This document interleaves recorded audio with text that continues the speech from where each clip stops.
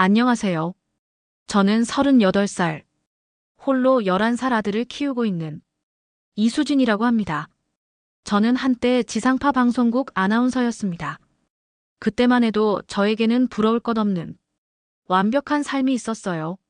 남편 정환은 대기업 회장의 아들이었고 저희는 강남의 고급 아파트에서 행복하게 살았습니다.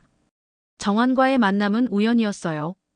제가 방송국 신입이었을 때 정환은 MBA를 마치고 아버지 회사에 막 입사한 상황이었죠. 제 미모와 지적인 매력에 반한 정환이 적극적으로 구애했고 1년 만에 결혼에 골인했습니다. 시부모님도 방송국 출신 며느리를 무척 자랑스러워하셨어요. 특히 시아버지인 정 회장님은 저를 정말 아꼈습니다. 정환도 저를 보배처럼 여겼고 아들 준호가 태어난 후에는 더욱 다정한 남편이 되었죠. 하지만 그 완벽해 보였던 결혼 생활은 한순간에 무너졌습니다. 정환이 무려 6년간 바람을 피웠다는 사실이 드러났거든요. 상대는 같은 회사 임원의 딸인 민지라는 여자였어요. 민지 역시 유명 대학 출신의 미인이었고 해외 유학파였습니다. 미안해, 수진아. 정말 미안해. 정환은 눈물을 흘리며 사과했지만 이미 늦었어요. 저는 이혼을 선택했습니다. 시아버지께서 만류하셨지만 마음이 바뀌지 않았어요. 다만 준호를 위해 양육비와 위자료는 받았고 시아버지께서 준호 명의로 아파트 한 채를 증여해 주셨습니다. 이혼 후 저는 작은 방송 제작 회사에 취직했어요. 예전만큼 화려하지는 않지만 아들과 함께 새로운 삶을 시작하려 노력했습니다. 엄마, 늦겠어요. 준호의 재촉에 저는 현실로 돌아왔어요. 알았어, 준호야. 엄마가 학교까지 데려다 줄게. 저는 가방을 들고 현관으로 향했습니다. 오늘도 평범한 하루가 시작되는 줄 알았는데 운명은 또 다른 반전을 준비하고 있었어요. 엘리베이터에서 내리다가 저는 눈을 의심했습니다. 맞은편 현관에서 짐을 나르고 있는 남자의 뒷모습이 너무 익숙했거든요. 설마 정환이었습니다. 그것도 젊은 여자와 함께 말이에요. 정환은 저를 발견하고는 어색하게 웃었습니다. 수진아, 여기서 이렇게 만나네. 왜 여기 있어요? 제 목소리에는 당황스러움이 묻어났어요. 아, 이사 왔어. 회사랑 가깝기도 하고. 하지만 저는 직감적으로 알았습니다. 서울의 그 많은 아파트 중에서 하필 제가 사는 바로 맞은편으로 이사 온 것이 우연일 리 없다는 걸 말이에요. 옆에 서 있던 여자가 인사를 건넸습니다. 안녕하세요. 민지예요. 바로 그 민지였습니다. 정환의 바람 상대였던 여자 말이에요. 저는 억지로 고개만 끄덕이고는 준호의 손을 잡고 서둘러 자리를 떠났어요.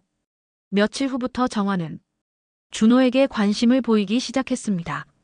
학교 끝나고 집에 돌아오는 준호를 기다렸다가 같이 놀자고 하는 거예요. 준호야, 아빠랑 게임 한 판 할까? 엄마가 허락해야 해요. 엄마한테 물어볼게. 잠깐만 놀다 올게.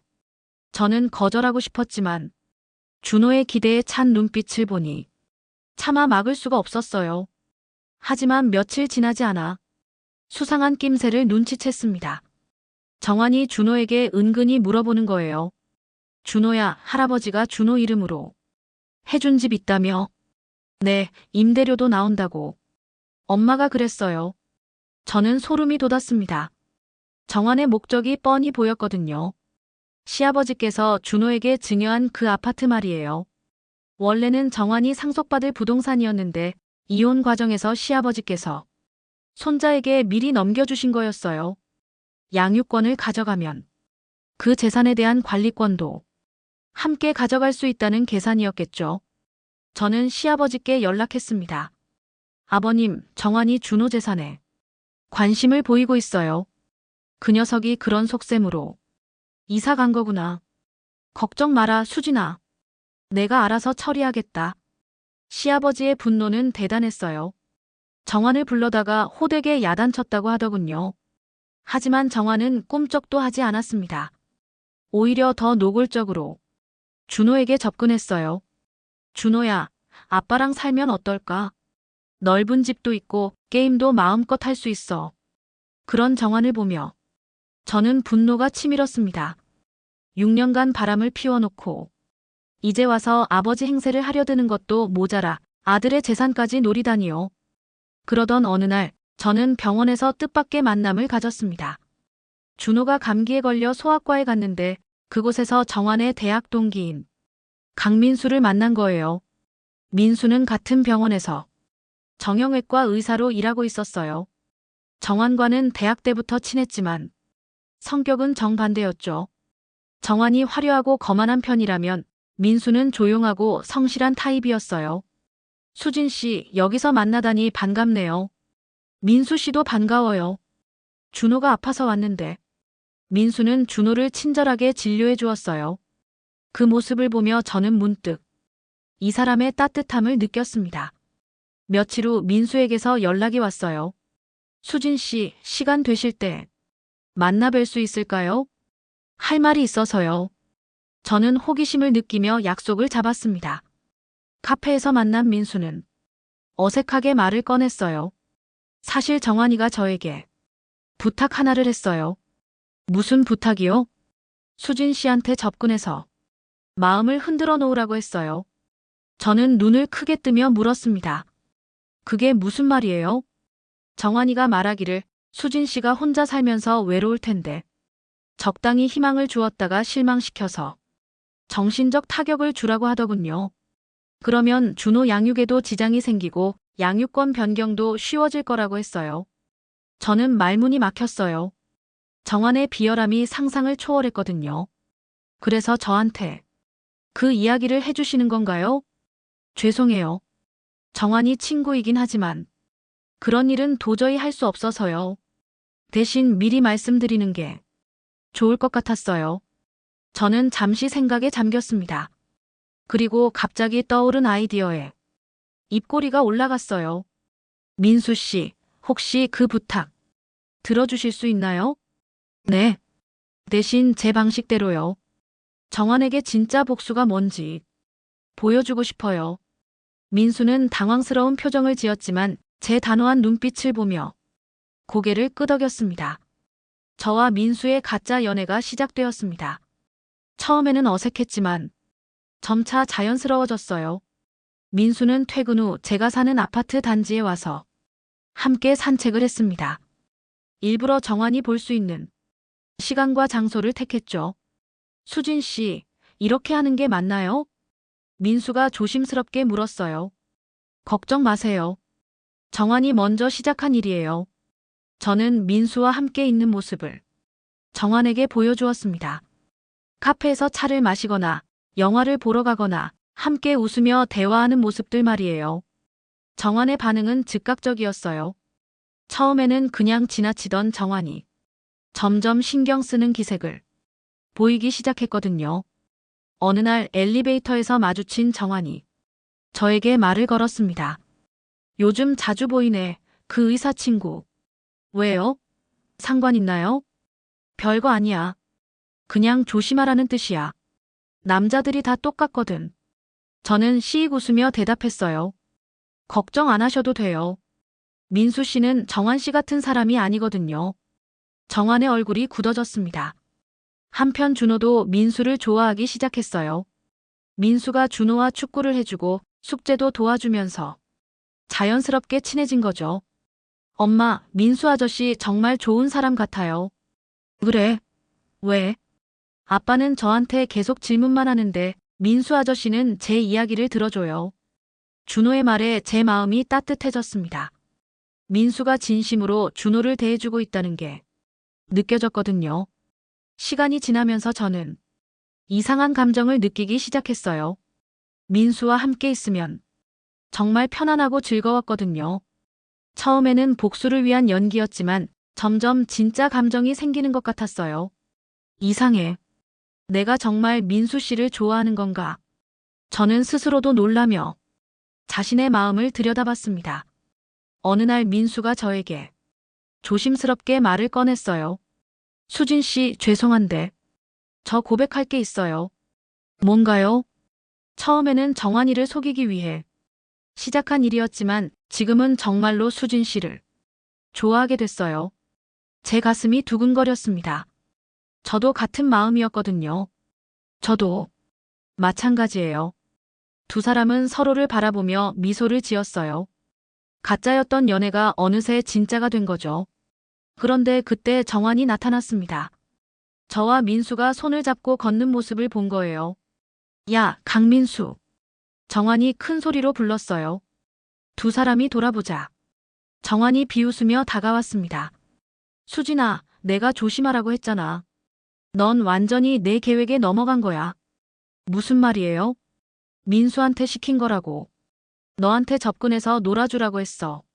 그래야 내가 정신 없어져서 준호 관리도 제대로 못하고 양육권 변경도 쉬워질 거라고 생각했거든. 정환은 승리자처럼 웃으며 계속 말했어요. 민수도 고생 많았다. 너 같은 년 상대하느라. 이제 그만해도 돼, 민수야. 하지만 저와 민수의 반응은 정환이 예상한 것과 달랐어요. 제가 차분하게 말했습니다. 알고 있었어요. 뭐? 처음부터 다 알고 있었다고요. 민수 씨가 미리 말해줬거든요. 민수도 덧붙였어요. 정환아, 고마워. 내 덕분에 정말 좋은 사람을 만났어. 정환은 당황하며 말을 더듬었습니다. 설마, 너희들이 진짜라고? 맞아요. 우리 곧 결혼할 예정이에요. 제가 미소 지으며 말했어요. 마이너스 마이너스 마이너스. 해시태그 해시태그 6장. 완벽한 복수. 정환은 믿을 수 없다는 표정으로 저희 두 사람을 바라봤어요. 말도 안 돼. 민수, 너까지 나를 배신하는 거야? 배신이 아니야, 정환아. 난 단지 내 마음에 솔직해진 것뿐이야. 민수의 차분한 대답에 정환은 더욱 화가 났어요. 자신의 계획이 완전히 뒤바뀐 것도 모자라 가장 친한 친구마저 잃게 생긴 상황이었거든요. 수진아, 너 진짜 민수랑 결혼할 거야? 내가 시킨 거라고 했잖아. 그래서 뭐요? 시작은 정환 씨가 시켰을지 몰라도 지금 우리 마음은 진짜예요. 제 당당한 대답에 정환은 할 말을 잃었어요. 민수가 정환을 바라보며 말했습니다. 정환아, 내가 수진 씨를 어떻게 대했는지 모르는 사람이 어디 있겠어. 6년간 바람을 피우고도 뻔뻔하게 재산을 노리다니. 그런 내가 우정을 운운할 자격이 있어. 민수, 너. 우리 아버지가 너한테 어떻게 해줬는데. 정환이 목소리를 높였어요. 민수는 차가운 눈빛으로 정환을 바라봤습니다. 그 말 하지 마. 남 받은 도움은 이미 다 갚았어. 그리고 내 아버지는 진짜 인간이야. 너처럼 비열하지 않아. 정환은 더 이상 할 말이 없었어요. 자신의 모든 계획이 수포로 돌아갔을 뿐만 아니라 오히려 자신만 바보가 된 상황이었거든요. 며칠 후 시아버지에게서 연락이 왔어요. 수진아, 민수와 잘 되어간다면서? 네, 아버님. 죄송해요. 미리 말씀드리지 못해서. 뭘? 민수는 내가 옛날부터 아끼던 녀석이야. 너한테는 더할 나위 없이 좋은 짝이지. 시아버지의 축복까지 받으며 저는 마음이 한결 가벼워졌어요. 정환은 결국 다른 곳으로 이사를 갔습니다. 자신의 치졸한 계획이 완전히 실패했다는 걸 인정할 수밖에 없었거든요. 몇 달 후 저와 민수는 조용한 결혼식을 올렸습니다. 시아버지도 참석해서 두 사람을 진심으로 축복해 주었어요. 수진아, 이번엔 정말 행복하게 살아라. 네, 아버님. 감사해요. 준호도 새아빠가 된 민수를 무척 좋아했어요. 민수 아빠, 정말 우리 가족이 된 거예요? 그럼 준호야. 아빠가 평생 준호랑 엄마를 지켜줄게. 민수는 준호를 꼭 안아주며 약속했습니다. 신혼집으로 이사하는 날, 저는 새로운 시작에 대한 설렘을 느꼈어요. 3년 전 이혼할 때는 다시는 사랑하지 않겠다고 다짐했는데 이렇게 좋은 사람을 만나게 될 줄 몰랐거든요. 여보, 후회하지 않아요? 정환이 때문에 시작된 일인데. 민수가 제 손을 잡으며 대답했어요. 오히려 감사해요. 정환이 그런 부탁을 하지 않았다면 당신과 이렇게 가까워질 기회가 없었을 테니까요. 저는 웃으며 민수의 어깨에 기댔습니다. 때로는 가장 나쁜 의도에서 가장 좋은 결과가 나오기도 하는 것 같았어요. 준호는 새 학교에 잘 적응했고 민수를 진짜 아빠처럼 따랐습니다. 세 사람은 진짜 가족이 되어 행복한 일상을 만들어갔어요. 어느 날 저는 예전 방송국 동료를 만났는데 그때 정환의 근황을 들었어요. 정환이 회사에서 입지가 많이 좁아졌대. 아버지한테 찍혀서 승진도 어렵다고 하더라. 저는 별다른 감정이 들지 않았어요. 이미 그는 제 삶과 상관없는 사람이 되었거든요. 1년 후 저와 민수에게 둘째 아이가 생겼습니다. 준호는 동생이 생긴다는 소식에 무척 기뻐했어요. 민수 아빠, 동생이 남자아이예요? 여자아이예요?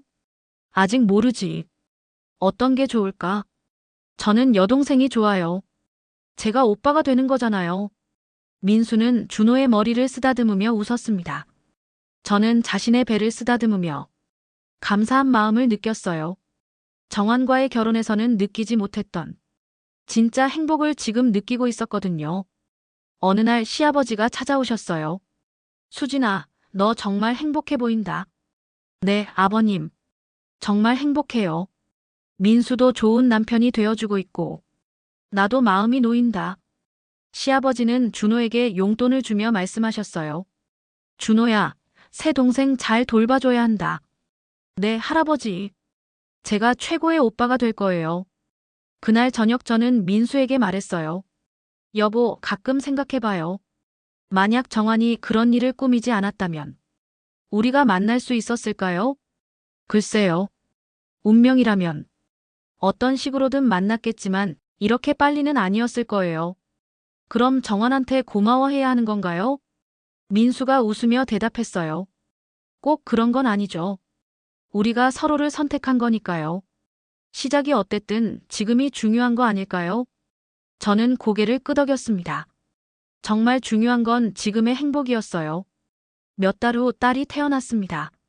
준호는 여동생을 보자마자 환한 미소를 지었어요. 엄마, 동생 정말 예뻐요. 민수도 딸을 안아보며 감격했습니다. 수진아, 고마워요. 이렇게 완벽한 가족을 만들어주셔서 저는 행복한 눈물을 흘렸어요. 3년 전에는 상상도 할 수 없었던 행복이었거든요. 정환의 비열한 복수 계획은 결과적으로 저에게 더 큰 행복을 가져다 주었습니다. 진정한 사랑을 만나게 해주었고 완벽한 가족을 만들어 주었으니까요. 저는 이제 확신했습니다. 진짜 복수란 상대방을 망가뜨리는 게 아니라 자신이 더 행복해지는 것이라고요. 그리고 진정한 사랑은 가장 예상치 못한 곳에서 가장 예상치 못한 방식으로 찾아온다는 것도요. 아이들의 웃음소리가 집안을 가득 채우는 저녁, 저는 민수의 손을 잡으며 생각했습니다. 이보다 완벽한 복수가 또 있을까요? 끝까지 들어주신 여러분 감사드리며 저는 다음 사연으로 돌아올게요. 감사합니다.